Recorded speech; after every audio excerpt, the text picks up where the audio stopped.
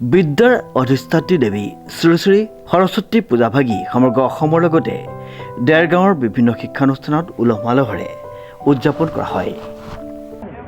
ঠিক আছে, আজি বসন্ত পঞ্চমী বা শ্ৰী পঞ্চমী বুলি কোৱা হয়। এই বসন্ত পঞ্চমী বা শ্ৰী পঞ্চমীত বিদ্যাৰ অধিষ্ঠাত্ৰী দেৱী সৰস্বতীক সদায় অৰ্চন বন্দন কৰা হয় আৰু সেই উদ্দেশ্যে বিভিন্ন বিদ্যালয়, মহাবিদ্যালয়, বিশ্ববিদ্যালয় বা বিভিন্ন শিক্ষানুষ্ঠানত এই ধৰ্মীয় অনুষ্ঠানভাগ পালন কৰা হয়। আৰু প্ৰতি বছৰৰ দৰে এই বছৰ আমাৰ দেৰগাঁও কমলদৰা মহাবিদ্যালয়ত উলহ মালহেৰে ছাত্ৰ ছাত্ৰী, শিক্ষক শিক্ষয়িত্ৰী, কৰ্মচাৰী সকলোৰে সহযোগত এই পূজাভাগ সম্পন্ন হৈছে। পূজাত যথেষ্ট ছাত্ৰ ছাত্ৰীৰ উৎসাহ আমি দেখা পাইছোঁ। বতৰ ভাল, গতিকে এনে সুন্দৰ পৰিৱেশত এই পূজাভাগ সুন্দৰভাৱে সুকলমে পালন হৈছে। ছাত্ৰ ছাত্ৰীসকলৰ মনৰ মাজতো যথেষ্ট আনন্দ উল্লাস দেখা পোৱা গৈছে। ভগৱতীৰ চৰণত যিধৰণে অৰ্চন বন্দন কৰিব লাগে ঠিক তেনেধৰণে কটাই পিটাই ইয়াত অৰ্চন বন্দন কৰা হ'ল। আমি আশা কৰিছোঁ ভগৱতীৰ এই পূজাই আমাৰ মহাবিদ্যালয়ৰ শৈক্ষিক জয়যাত্ৰাত সহায় কৰিব, আশীৰ্বাদ আগবঢ়াব আৰু আমিও যাতে ভৱিষ্যত জীৱনত, ভৱিষ্যত দিনবিলাকত আমি ভগৱতীৰ এনেধৰণে সেৱা পূজা কৰিবৰ কাৰণে সমৰ্থ হ'ম, এই মই আশা কৰিছোঁ আজি। লগতে মই এষাৰ কথাও ক'ব খোজোঁ, এই সৰস্বতী পূজাৰ এই যি উৎসাহ, এই উল্লাস, এই উলহ মালহ, ইয়াৰ মাজতে ইয়াৰ লগে লগে আমাৰ মহাবিদ্যালয়ত আহিছে হীৰক জয়ন্তী। কেইদিনমানৰ পাছতে অৰ্থাৎ 28, 29, 30 এই 3 দিনীয়া কাৰ্যসূচী আমাৰ মহাবিদ্যালয়ত হীৰক জয়ন্তী উৎসৱ পালন হ'ব। গতিকে সেই বাৰ্তাও মই জনসাধাৰণক বা আমাৰ ইয়াৰ প্ৰাক্তন ছাত্ৰ ছাত্ৰী, স্থানীয় ৰাইজক জনাব বিচাৰিছোঁ আৰু সকলোৰে সহায় সহযোগ আমি ইয়াত কামনা কৰিছোঁ।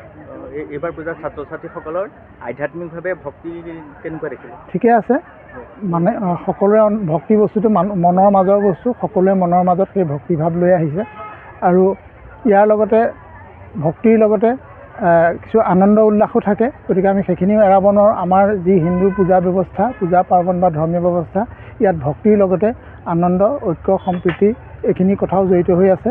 গতিকে এই সৰস্বতী পূজাৰ এই যি পালনৰ ব্যৱস্থা, এই ব্যৱস্থাটোৱে ছাত্ৰ ছাত্ৰীৰ অন্তৰত ভক্তিভাৱ উদ্ৰেক কৰাৰ লগতে বা ছাত্ৰ ছাত্ৰীক ভক্তিৰে ভাৱে দেৱীৰ চৰণত প্ৰণাম জনাবলৈ উৎসাহ জগোৱাৰ লগতে সকলোৰে মনৰ মাজত এক আনন্দৰ ভাৱো বিৰাজ কৰে। গতিকে আনন্দই হ'ল ভক্তিৰ এটা প্ৰকাৰ। ধন্যবাদ। বৰ্তমান দেখা গৈছে যে সৰস্বতী পূজাৰ লগতে সাজ পোছাকৰ এটা অঘোষিত প্ৰতিযোগিতাও হয়। আপোনালোকৰ বিদ্যালয়ত কি দেখিলে? অঘোষিত প্ৰতিযোগিতা বুলি নকওঁ, কিন্তু সকলোৱে বৰ সুন্দৰভাৱে সাজি পাৰি নিজকে প্ৰদৰ্শন কৰিবলৈ বিচৰাটো মানুহৰ এটা স্বাভাৱিক প্ৰবৃত্তি। গতিকে সেই প্ৰবৃত্তিৰ বশৱৰ্তী হৈয়ে সকলোৱে পুৰুষ, মহিলা, ছাত্ৰ আৰু ছাত্ৰী, কেৱল ছাত্ৰীৰ কথাকে ভাবিলেই নহ'ব, ছাত্ৰসকলেও খুব সুন্দৰকৈ পৰিপাটিকৈ সাজি পাৰি আহিছে। গতিকে এইটো এটা ভাল খবৰ, বেয়া কথা হ'ব নোৱাৰে। কিন্তু তাৰ লগত এটা কথাই থাকিব নালাগে যে আমাৰ যি শালীনতাবোধ, সেই শালীনতাবোধৰ পৰা যাতে আমি কেতিয়াও বিচ্যুত হ'ব নালাগে। উল্লেখযোগ্য যে শ্ৰী শ্ৰী বীণাপাণি দেৱী পূজা উপলক্ষে দেৰগাঁৱৰ বিভিন্ন শিক্ষানুষ্ঠানত পুৱাৰ পৰা ছাত্ৰ ছাত্ৰীসকলে ভিৰ কৰা পৰিলক্ষিত হয়। সকলোৱে মাৰ শ্ৰীচৰণত ধূপ দীপ পুষ্প নৈবেদ্য অৰ্পণ কৰি নিজৰ বিদ্যাত সফলভাৱে আগুৱাই যোৱাৰ মানসেৰে আশীৰ্বাদ লয়। অনুৰোধটো ৰাখি পেলাই মই পূজাভাগ কৰি আছিলোঁ। এই বছৰটো তেখেতৰ বিদায়, মই অৱশ্যে বিদায় ল'ম বুলি কোৱা নাই, তথাপি পূজাভাগ কৰি মই বেয়া নাপাওঁ, কাৰণ মই এইখন স্কুলৰে, এইখন কলেজৰে মানে ছাত্ৰ আছিলোঁ আৰু মোৰ ল'ৰা ছোৱালী ছবি ইয়াতেই পঢ়ি যোৱা। কিমান দিনৰ পৰা এই পূজাভাগ? এইটো 5 বছৰ হৈছে ধৰক। ছাত্ৰ ছাত্ৰীসকলৰ মাৰ প্ৰতি ভক্তি কেনেকুৱা? মাৰ প্ৰতি ভক্তি অতি সুন্দৰ, কাৰণ মই অহা আগৰ পৰা চবেই গোটেই ছাত্ৰ ছাত্ৰীবোৰ একত্ৰিত হৈ পেলাই চবেই ইয়াত চাকি ধূপ জ্বলাই চবেই সেৱা সৎকাৰ কৰি পুষ্পাঞ্জলি দিবলৈ আহে।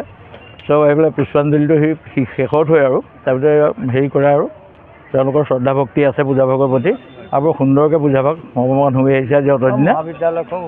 আৰু মহাবিদ্যালয়ৰ মানে উন্নতি হ'বৰ উদ্দেশ্যে এই পূজাভাগ হৈ আছে আৰু ছাত্ৰ ছাত্ৰীসকলেও যাতে বিদ্যাস্থানত যদি ক'ৰবাত কোনোবাখিনি কিবা অশুভকৰ বেদ আছে, এই পূজনৰ দ্বাৰা সেই বেদৰ পৰা মানে পৰিত্ৰাণ কৰি তেওঁলোকক সৎবিদ্যাৰ পাত্ৰপাত্ৰী কৰি কলেজখনৰ নাম গৌৰৱ উজ্জ্বল কৰিবলৈ মা সৰস্বতী দেৱতাই মানে শক্তি সামৰ্থ্য দিব লাগে, এই কামনা। আপুনি ছাত্ৰ ছাত্ৰীসকলক কেনেধৰণে আশীৰ্বাদ দিলে?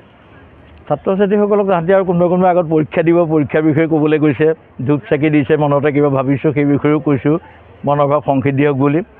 আৰু তেওঁলোকে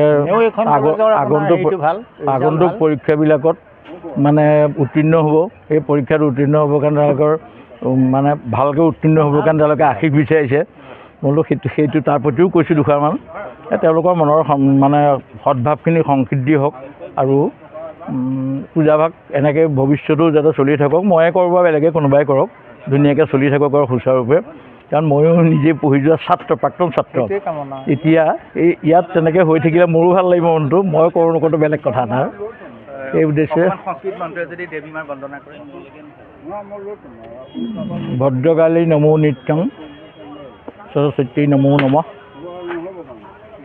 এই সৰস্বতী মাৰ এইটো মানে পচন্দ। দেৰগাঁৱৰ কমলদুৱাৰা মহাবিদ্যালয়তো এইবাৰ শ্ৰী শ্ৰী সৰস্বতী পূজা ভাগি উৎসাহ উদ্দীপনাৰে শৃংখলাবদ্ধভাৱে পালন কৰা পৰিলক্ষিত হয়। দেৰগাঁৱৰ পৰা নৱজ্যোতি ভঁৰালীৰ ৰিপৰ্ট, নিউজ নাও।